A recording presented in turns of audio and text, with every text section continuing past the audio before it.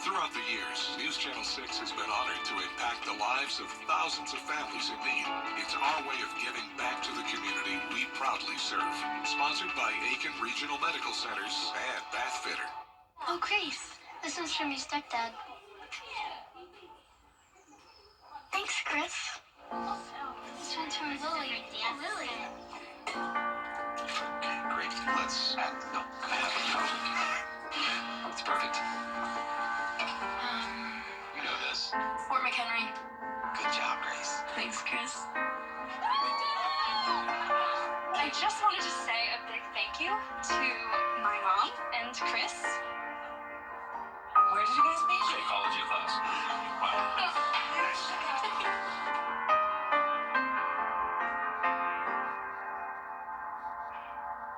Wow. You look beautiful.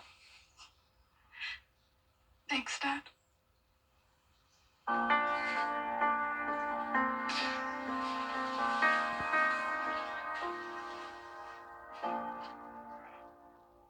News Channel 6 presents The Giving Gown, devoted to making sure that all young women feel beautiful on prom night.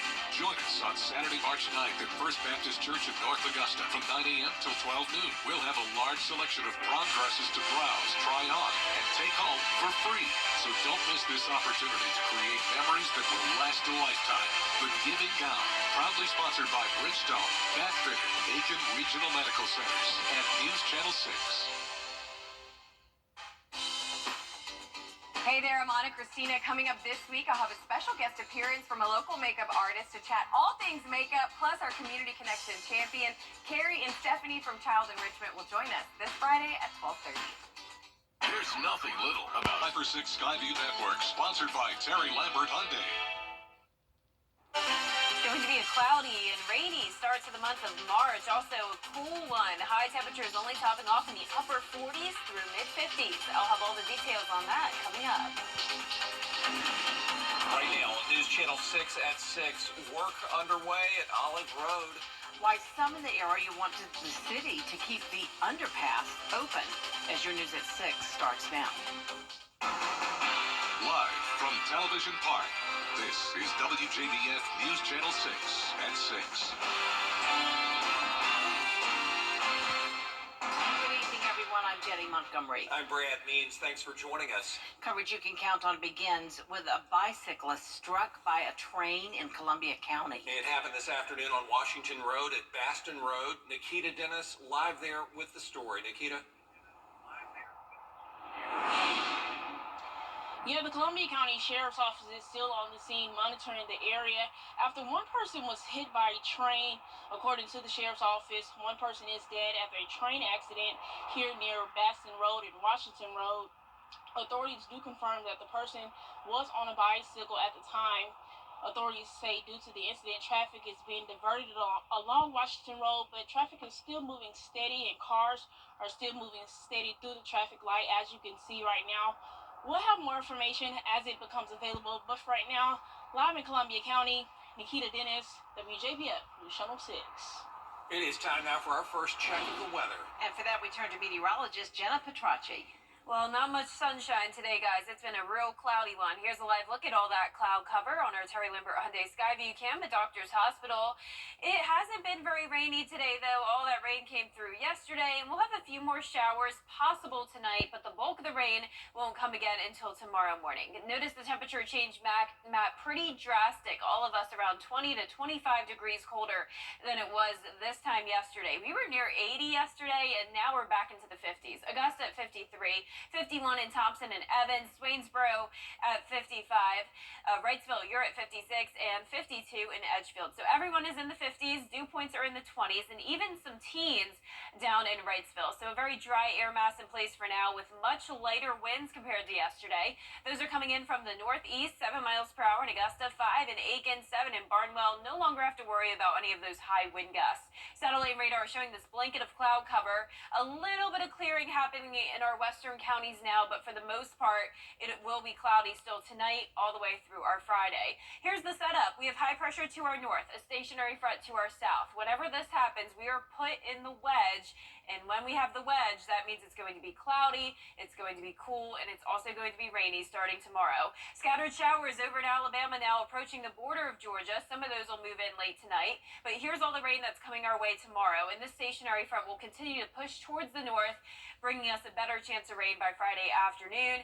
And then eventually it will warm us up when the warm front moves through. But in the meantime, cold tonight, upper 40s by the 9 o'clock hour, staying cloudy with those chances of rain. Now coming up, I'll have a look at the forecast through the weekend and into next week. So stay with us, but back to you. Jenna, thanks. Coverage you can count on continuing now with neighbors near the Olive Road underpass saying, just leave well enough alone. The street at the rail bridge closed again after a truck hit it a few weeks ago. Meanwhile, city leaders are looking at a new route that would allow for the closing of Olive Road. George Escala has the story. A crane and rail work crew now behind the barricades at the Olive Road overpass. And those in the nearby Glendale neighborhood say when the work is over, Olive Road needs to be open again. People understand that they can cut through Glendale to get out to the other side, and that's what's happening. We don't need unnecessary traffic cutting through the community. But as the bridge work goes on and the road is closed, Augusta engineers are monitoring traffic patterns to determine if the road could remain closed. But this has city leaders looking at a new solution to link Essie McIntyre on one side of the bridge to Jordan Road on the other. As you go down Jordan, you go down a little ways, and then you look to the right, you can see Essie McIntyre across. So if there was a way for us to find out who owns that property, perhaps put a street through there, then either way they come, they could go the opposite way and they would bypass the bridge. But the city is still looking at Commissioner Wayne Guilfoyle's idea to install a padded chain curtain at bridge height to warn drivers before they hit it. An idea that's been discussed for months. That's how government works. Are we going to have any action on that, do you see? We got to wait and find out what the traffic engineering is going to come up with.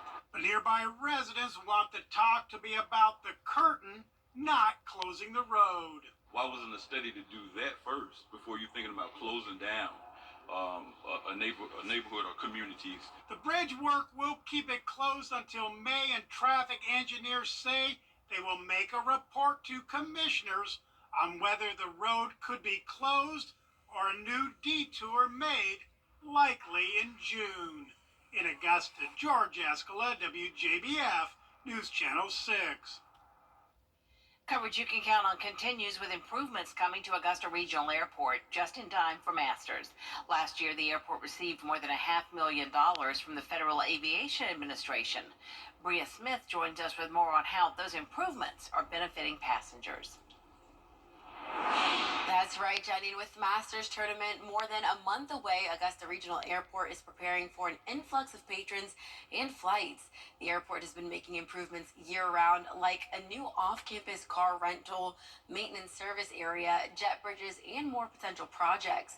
An expansion of the TSA checkpoint was also discussed during the monthly aviation agenda meeting. Some of those improvements are already in use by passengers, while others like gates 3 and 4 will be mostly ready come Masters Week. This year, both airlines added multiple destinations for Masters. So I believe Wednesday we're going to have about 39 flights that day, which is extremely busy for us. And this year, Delta actually added a bunch of additional direct flights. So we're going to see a large increase of passenger traffic this year. And the airlines are getting ready, and TSA and ourselves as well. We're bringing in additional staff to make sure we can accommodate those numbers. Airport staff say improvements like these and passenger traffic will help bring more funding and expansion to the airport. Brad? Bria, thanks. Tonight, the candidates for Georgia's House District still ahead. The Secretary of Defense grilled on Capitol Hill today. Why lawmakers are questioning him over his medical absence earlier this year. And we'll have a cloudy and soggy Friday with cooler temperatures. Warming up quickly, though, over the weekend. Warm temperatures next week with another unsettled weather pattern. All those details coming up. Hi, EG. Jenna, back with us to take a look at some rain on the way. That's right, it's dry for now, but we will see those chances of rain pick back up tomorrow. 80% chance. A few showers on Saturday, but a nice dry break from Sunday through Tuesday, and then more rain after that. Details when we return. Now, your most accurate forecast with WJBF Live 5/6. Good Thursday evening, almost to the weekend. Here's a live look at our Terry Lambert Hyundai Skyview cam on this leap day, our bonus day of the month of February. It's been a cloudy one and back to the cool temperatures. Definitely feeling like February again. Here's a live look in at our Terry Lambert Hyundai Skyview cam over in Aiken. We're sitting at 53 degrees, east wind of 7 miles per hour. Dew points are low in the 20s, so no rain for now. It's pretty dry outside. Temperatures have already dipped down into the upper 40s in McCormick, 55 in Waynesboro, Wrightsville, you're at 56, 52 in Barnwell, and 54 in Allendale. Satellite and radar showing the blanket of cloud cover, but we are seeing a little bit of clearing, at least a bit of a break in those clouds in our northwestern counties. For the most part, though, still clouds tonight and more clouds tomorrow. High pressure will be to our north, stationary front to our south, and we have rain moving in from the west. Scattered showers happening now in Alabama, approaching the border of Georgia. So tonight, I'm giving it around a 20% chance of rain, but tomorrow, a much higher chance of rain, as we'll be in the classic wedge setup. When this happens, we have a big variety of temperatures, cloudy skies, and the on and off showers. So our temperatures will be anywhere from the 40s to 50s, 60s just to the south of us. Some of us may make it to the 60-degree mark, and then 70s in southern Georgia and 80s in Florida. So a big change from northern Georgia to northern Florida. Our temperatures tomorrow will be anywhere from around 47 in Crawfordville to 57 in Sylvania, Bamberg 59. Overall, a chilly day for everyone. Only starting out in those low 40s and then making it to 52 by 5 p.m. So only around a 10-degree spread in temperatures from the morning hours until the afternoon. And I'm not expecting any sunshine tomorrow. Now, we will see some changes this weekend. We'll see a little bit of sunshine along with a big change in temperatures. 67 on Saturday, all the way back into the 70s on Sunday. More 70s to come next week. I'm thinking the second week of March will be above average as well. So overall, a pretty warm start to the month of March with the exception of tomorrow. Our 48-hour futurecast showing those scattered showers moving in tonight. So expect some rain overnight and when you're headed out the door Friday morning. Here comes this low pressure system with a warm front attached. This front will stay to our south throughout the day on Friday, and that's why we will be cool. But then once it lifts to our north, we'll warm up on Saturday. Cold front swings through and we'll have clearing skies behind it, at least to an extent. Definitely a little bit of a better shot at some sunshine on Saturday. Friday morning at 4 a.m., notice the scattered showers around. This is just on and off rain throughout the day. Very pesky. You'll need to keep the rain gear with you. Not expecting many heavy downpours here. Brief heavy rain, not out of the question. Not expecting thunder and lightning, though, and no flooding concerns, as this rain will mostly be very light, only amounting to around a quarter of an inch to an inch at the most. Here's a look at that 10-day forecast. 80% chance of rain tomorrow, 30% for Saturday. Will be dry Sunday through Tuesday, just with some cloud cover and temperatures in the low to mid 70s. Rain chances return, though, Wednesday of next week, continuing all the way through the weekend, as we'll have another unsettled weather pattern. Congratulations to today's umbrella winner. That is James Moody from Augusta. You have won a Viper 6 umbrella you can pick up here at the station and sign up to win if you haven't yet on WJBF.com. Good time to win it before the Very, rainy weekend, very. right? Okay, thank you, Jenna. Coming up, some dramatic finishes as 3 more of our area teams advance to the Final Four in the Georgia basketball playoffs. Coming up in sports. It's time for Weinberger's famous Made in America sale. Save up to 50% off on the finest quality American-made brands like Smith Brothers, Stickley, Weinsberg, Yahtzee, and more. Plus, get 20% off Made in America mattresses by Kingsdown. Customize or choose from in-stock items. Save on bedroom, dining room, sofas, chairs, and home office. Can you save up to 50% off on all of our American-made collections? Yes, you can. My dad, with rent and expenses going up year after year. Now, WJBF sports coverage you can count on. That moment there where they can do that, That's what I live for, because I do it for them. That reaction is what I do it for. Well, one week in December, we lost 3 straight games, and the morale of the team was kind of down, but I told them that you don't win a championship in November, December. You win it in January and February. What a night for Warren County coach Uriah Myrick and his Screaming Blue Devils, one of 3 area boys teams to punch their tickets to the GHSA Final Four, and they did it in dramatic fashion. Tied at 74 in overtime, 12 seconds left. Junior Kosa Pender called his own number, drives to the basket, laid it in. Warren County winning in overtime, 76-74 over Portal. Then it was time to storm the court. The Screaming Devils will play Manchester in the Final Four on Friday at Fort Valley State at 3 p.m. Warren County is the home team. The state championship would be March 6th in Macon. In 2A, it was much less dramatic for the back-to-back reigning West State champions from Westside. They put on a defensive and dunking clinic, crushing Model 78-40. They beat their first 3 playoff opponents by a combined 138 points, 70 in the first round, 30 in the Sweet 16, and 38 last night. Jerry Hunter and his guys on the game plan to take down a bigger opponent. The message was impose your will. I mean, the guys have been battle tested early on this year. You know, Madonna has some size on them, and we played up to the challenge. So impose your will, and let's see who they are. You know, I mean, they were number 1 seed, and we were number 1 seed. Hats off to their ball club, man. So we wanted to do it on the defensive side of the ball. You know, a lot of times kids want to impose their will from behind the 3-point line, but we decided to do it on the defensive side of the ball. Just come out and play with energy. You know, they're bigger than us, so, you know, you got to chop them down piece to piece. They can't outrun us. You know, all we got to do is get up and down the court, and we'll be good. What a way for those seniors to play their final home game as well. So here's the matchups. Could have an all-Augusta 2A state championship because Butler beat South Atlanta with a fourth-quarter comeback last night on the road. So both of these games will be in Milledgeville on Saturday. Westside taking on Columbia. Butler against Toombs County, and they could meet in Macon for the state title. And on the girls' side, in South Carolina, the ladies from Denmark, Olar, will play in the 1A state championship in Florence at 10 a.m. on Saturday. And the Josie Lady Eagles, it'll be an Augusta party in Millersville on Saturday. They'll take on Central Macon in the semifinals. And in college baseball. If you've been arrested for a DUI in Georgia, you may only have 30 days to protect your license or your privilege to drive here. Hi, I'm Tiffany Duncan of DUI Duncan, the DUI firm here in Augusta. Visit our website at DUIDuncan.com to see what we've done to help so many drivers. If you've been arrested for a DUI in Georgia, call me now for a free consultation.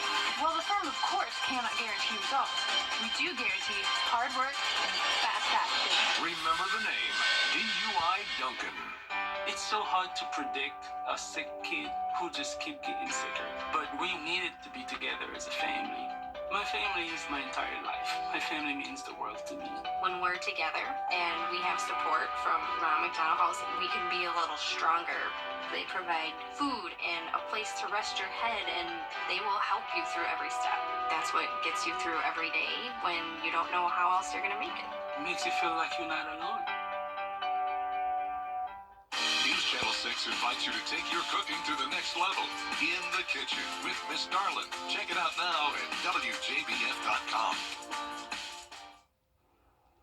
It is a very special day for a pair of newborn twins. Hendrix and Theodosia were born today, February 29th at Doctor's Hospital. That means their birthday will only be officially celebrated once every 4 years.